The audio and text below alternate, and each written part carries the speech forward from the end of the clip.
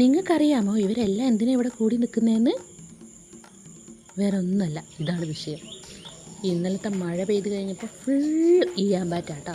ഇത് ഞങ്ങളുടെ വീടിൻ്റെ മുറ്റത്താണ്. ഫുള്ള് ഈയാമ്പാറ്റൻ്റെ ചിറകുകൊണ്ട് മൂടി.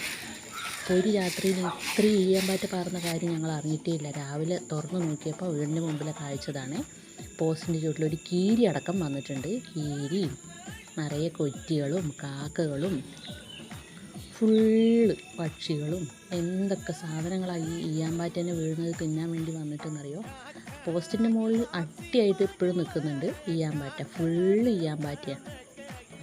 മുറ്റ ഫുള്ള് കുനിയനുറുമ്പിനെ കണ്ടപ്പോഴാണ് ഞങ്ങൾ ശ്രദ്ധിച്ചത്. എന്താവും മുറ്റത്ത് ഇത്രയും പാറ്റയല്ല ഉറുമ്പ് വരാൻ കാരണം. നോക്കിയപ്പോഴല്ലേ മനസ്സിലായത് ഇതാണ് കാര്യം. ഇത്രമാത്രം ഈയാമ്പാറ്റ.